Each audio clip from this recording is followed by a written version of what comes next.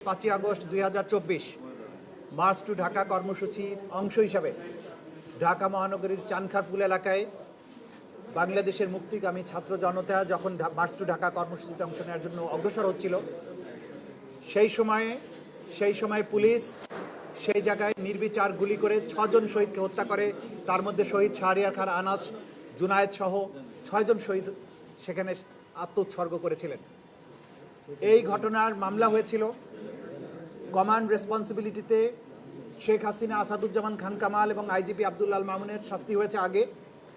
বাকি অংশে যারা গ্রাউন্ডে কাজ করেছিল তাদের বিচারের জন্য আজকে এই মামলাটি ছিল। সেই মামলাতে আজকে আদালত যেটা বলেছেন যে এই অপরাধীদের বিরুদ্ধে অপরাধ প্রমাণ হয়েছে, তারা ক্রাইমস এগেনস্ট হিউম্যানিটি করেছেন, সেইটা প্রমাণিত হয়েছে। সাজা দেওয়ার ব্যাপারে 3 জনকে মৃত্যুদণ্ড দিয়েছেন। DMP commissioner Habibur Rahman Habib, additional commissioner Sudip Kumar Chakraborty এবং এডিসি শাহ আলম মোহাম্মদ আক্তারুল ইসলাম, এই 3 জনকে মৃত্যুদণ্ড দিয়েছেন। কিন্তু পরবর্তী যে সমস্ত আসামি ছিল, একজন এসি ছিল ইমরুল, একজন ইন্সপেক্টর আরশাদ এবং বাকি 3 জন কনস্টেবল, যারা সরাসরি ফিল্ডে থেকে গুলিবর্ষণ করেছিল, যাদের গুলিবর্ষণ করতে ভিডিওতে দেখা গেছে যাদের নামে অস্ত্র ইস্যু ছিল না, অথচ তারা অন্যদের রাইফেল নিয়ে গুলি করেছে, তাদেরকে কম সাজা দেওয়া হয়েছে। একজনকে 6 বছরের, একজন 4 বছর, বাকি 3 জন কনস্টেবলকে 3 বছর করে সাজা দেওয়া হয়েছে। এই সাজায় আমরা মনে করি আদালতে যখন তাদের অফেন্স প্রমাণিত হয়েছে, ক্রাইমস এগেনস্ট হিউম্যানিটি প্রমাণিত হয়েছে, ওয়াইড স্প্রেড এবং সিস্টেম্যাটিক অ্যাটাক প্রমাণিত হয়েছে এবং এই আসামিরা তারা প্রকাশ্যে গুলি করেছিল সেটা প্রমাণিত হয়েছে। এরপরে তাদেরকে যে সাজা দেওয়া হয়েছে আমরা মনে করি এটা ন্যায়সঙ্গত হয়নি। যদিও আদালতের আদেশ সকলের উপরে শিরোধার্য, আমাদেরকে মানতে হবে। যেহেতু একটা অ্যাপিলেট ফোরাম আছে, সুপ্রিম কোর্টে এটার বিরুদ্ধে, এই সাজার বিরুদ্ধে, কম সাজা যেটা দেওয়া হয়েছে সেই অংশটুকুর বিরুদ্ধে প্রসিকিউশনের পক্ষ থেকে আমরা আপিল করব। আমরা এই মুহূর্তে মনে করছি, যদিও পুরোপুরি রায় পাওয়ার পরে আরও পর্যালোচনা করে আমরা সিদ্ধান্ত নেব। আমি মনে করি জুলাই অভ্যুত্থানে যেভাবে আমাদের তরতাজা তরুণীরা জীবন দিয়েছেন এবং যারা সরাসরি এখানে গুলিবর্ষণ করেছে তাদের অপরাধ প্রমাণিত হওয়ার পরে সাজা অল্প হওয়াটা এটা ন্যায় বিচারের সাথে সঙ্গতিপূর্ণ নয় বলে আমরা মনে করছি। সে কারণে আমরা মনে করছি যে এটা আপিল করা প্রয়োজন, আমরা আপিল হয়তো করব। কিন্তু বাকি 3 জনকে যে মৃত্যুদণ্ড দেওয়া আছে যেটা যথার্থ হয়েছে বলে মনে করি, এবং আগেও শেখ হাসিনা, আসাদুজ্জামান খান কামালকেও মৃত্যুদণ্ড দেওয়া আছে সেটাও যথার্থ বলে আমরা মনে করেছি। এই পর্যন্ত আমাদের আজকের বলার ছিল। 3 জন বাদে বাকি যে 5 জন, সেই 5 জনের সবাইকে কি আপনারা মৃত্যুদণ্ড চাইবেন? আমরা প্রত্যেকে মৃত্যুদণ্ডই চাইব, কারণ হচ্ছে যে এই অপরাধের সাথে সম্পৃক্ত ছিল। এটা কোনো সাধারণ মার্ডার নয়। আমরা বারবার যেটা বলার চেষ্টা করছি যে মার্ডারের ক্ষেত্রে প্রমাণ করতে হবে কার গুলি থেকে মারা গেছে, কিন্তু ক্রাইমস এগেনস্ট হিউম্যানিটিতে হাজার হাজার রাউন্ড বুলেট নিক্ষিপ্ত হয়েছে, শত শত হাজার হাজার মানুষ আহত হয়েছে, হাজারো মানুষ শহীদ হয়েছে, 1400 শহীদ হয়েছে। সেখানে কার গুলি থেকে মারা গিয়েছে সেটা প্রমাণ করা ক্রাইমস এগেনস্ট হিউম্যানিটির ক্ষেত্রে প্রয়োজন নেই, এবং সেটা প্রমাণিত না হওয়ার কারণে কেউ সাজার থেকে রেহাই পেতে পারে না। এটা হচ্ছে আইনের বিধান, ইন্টারন্যাশনালি রেকগনাইজড প্রিন্সিপল।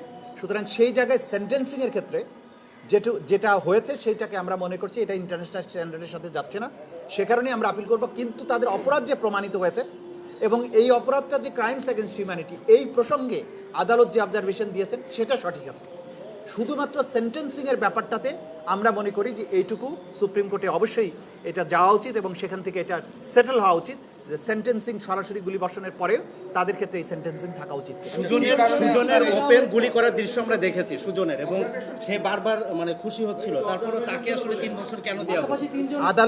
আদালত এটা বলেছেন যে সে গুলি করেছে, সে উচ্ছ্বাস প্রকাশ করেছে, উল্লাস করেছে, সবকিছু কিন্তু আদালত বলেছেন যেটা প্রসিকিউশন প্রমাণ করতে পেরেছে। এই ব্যাপারে কিন্তু অপরাধ প্রমাণের ক্ষেত্রে কোনো ঘাটতি নেই। প্রসিকিউশন সাকসেসফুলি এই আসামিদের ইনভলভমেন্ট, তারা কে কি করেছে সব কিছু প্রমাণ করতে পেরেছে।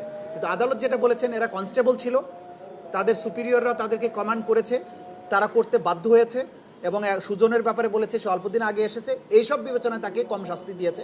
যেটার ব্যাপারে আমাদের আপত্তি আছে, যেটার ব্যাপারে আমরা মনে করি যে এই মুহূর্তে তো আদালতের রায়ের ব্যাপারে আমাদেরকে শিরোধার্য রায় মানতে হচ্ছে, কিন্তু যেহেতু অ্যাপিলের ফোরাম আছে আমরা অ্যাপিলে যাব। এই সাজাটা বৃদ্ধির জন্য আমরা সুপ্রিম কোর্টে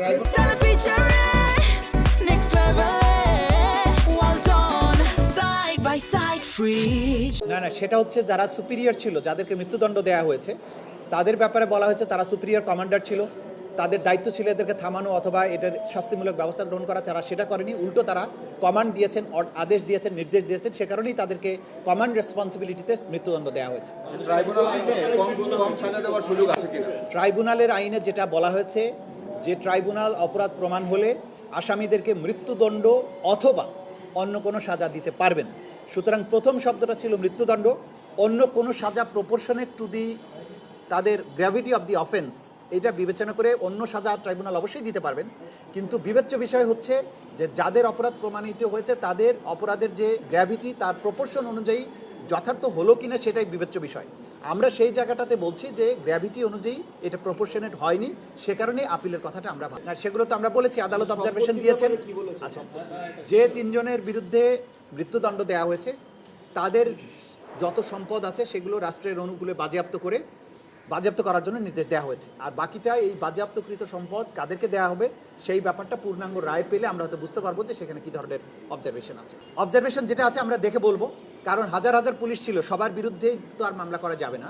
ক্রাইমস অ্যাগেন্স্ট হিউম্যানিটিতে আমরা দেখেছি যে সবচেয়ে যে যারা বেশি অ্যাট্রোসাস কাজ করেছে, যারা কমান্ড দিয়েছে, অনেকে নিষ্ক্রিয় দাঁড়িয়েছিল, তারা হয়তো এই গ্রুপের মেম্বার ছিল, কিন্তু সবাইকে মামলায় আসামি করাটা হয়তো যুক্তিসঙ্গত না, এটা মনে করেছে প্রসিকিউশন।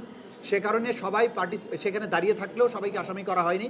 শুধুমাত্র যারা সরাসরি আগ্নেয়াস্ত্র দিয়ে হত্যাকাণ্ডে অংশ নিয়েছিল তাদের বিরুদ্ধেই ফর্মাল চার্জ দাখিল করা হয়েছিল, তদন্ত রিপোর্ট দাখিল করা। এই মেসেজটা হচ্ছে সবাইকে আইন মানতে হবে, কেউ আইনের ঊর্ধ্বে নয়। কোনো বেআইনি কমান্ড মানতে রাষ্ট্রের কোনো কর্মকর্তা কর্মচারী বাধ্য নয়। প্রত্যেক কর্মকর্তা কর্মচারীকে আইন অনুযায়ী আচরণ করতে হবে। ঊর্ধ্বতন কর্তৃপক্ষ যদি আপনাকে বেআইনি কাজ করতে নির্দেশ দেয়, আপনি সেটা অমান্য করবেন, কারণ সেটি মানতে আপনি বাধ্য নন। এটাই হচ্ছে আইনের মেসেজ, আদালতের রায়ের মাধ্যমে এটি মেসেজ। সুতরাং কেউ চাকরি প্রমোশনের লোভে ঊর্ধ্বতন কর্মকর্তার অন্যায় আদেশ পালন করে যদি কোনো অপরাধ করেন তিনি ছাড় পাবেন না, তাকে অবশ্যই বিচারের মুখোমুখি দাঁড়াতে হবে। আদালতের রায়টা হচ্ছে সেই মেসেজ। ভবিষ্যতের কথা আমরা জানি না, আপিল করার সুযোগ স্ট্যাটিউটরি টাইম পার হলে স্ট্যাটিউটরি আপিলের সুযোগ নেই। এখন যদি কেউ সুপ্রিম কোর্টের কাছে সুপ্রিম কোর্টের স্পেশাল জুরিসডিকশন অনুযায়ী কেউ করে, সেটা সুপ্রিম কোর্ট বিবেচনা করবেন। আইনে সাধারণত যেভাবে বলা আছে, আইন অনুযায়ী 30 দিন অতিক্রান্ত হওয়ার পরে আপিলের সুযোগ নেই।